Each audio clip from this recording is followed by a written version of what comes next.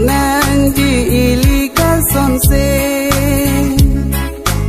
jutang le avete hekan tim hogun e jutang le avete hekan tim hogun e jutang ke isi khayang the donang ji ilika sonse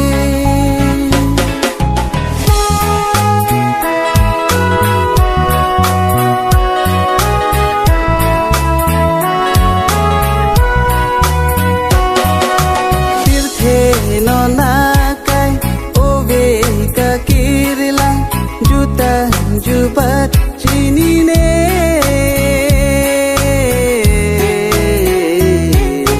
birthe arona tang ali pena jam chichini ne sai de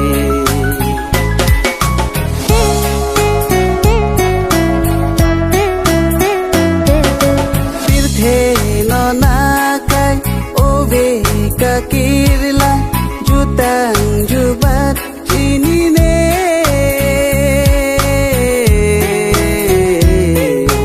birthe arona tang ali pena cham chichini ne sai de kusi hok pone lake ke kang tim bonta le hogun e jutang ke isi khayang the donang ji ilika somse karbi lita khai kang thim pirbi boleng dun bari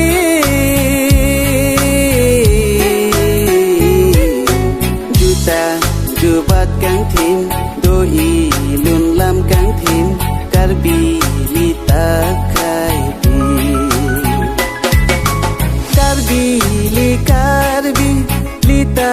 khai kang thim pirbi boleng dun bari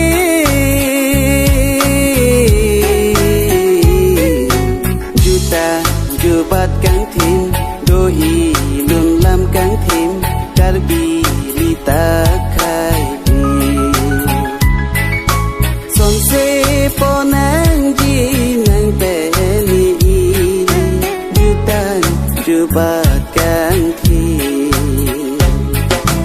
jutang ke isi khayang the donang ji ilika sonse jutang le avete hekan tim hogun e jutang le avete hekan tim